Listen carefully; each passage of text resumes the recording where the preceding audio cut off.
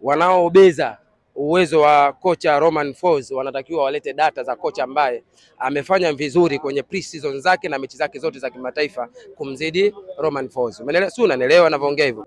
Yaani kama unataka takwimu halisi, Yanga yuko vizuri kuliko makocha wengine. Kwa sababu ukiangalia kwa haraka haraka amepiga goli 3 KMC pre-season.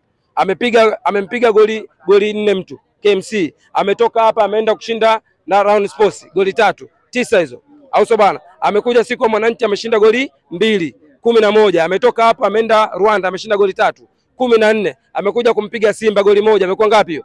15. Ameshinda juzi kwenye ligi goli 10 na ngapi? 18. Amecheza mechi 6 za kimataifa na za ligi na za kimataifa ligi na za kirafiki. Amefunga goli 16. Kwa nini unakuja kumbeza Romain Folz kwamba uwezo wake ni mdogo? Wanaofanya hivyo ni waandishi habari, wanachukua pesa kutoka kwa watu wengine ambao wanataka kuharibu au kuwatoa mchezoni mashabiki wa Dar es Salaam Young Africans na kuwavuruga viongozi wetu ili wao jambo lao liende, alafu sisi tugombane wenyewe kwa wenyewe kama wanavyogombana. Mimi nikwambie sisi tuko vizuri, mashabiki yaaminini timu yenu, waaminini wachezaji, muaminini Romain Folz na muamini zaidi Engineer Said kwa sababu anafanya kazi kubwa sana ya kuitengeneza hii timu na kuwatengeneza mashabiki pamoja na kocha analeta kocha ambaye ana falsafa nzuri na CV zake zinasoma.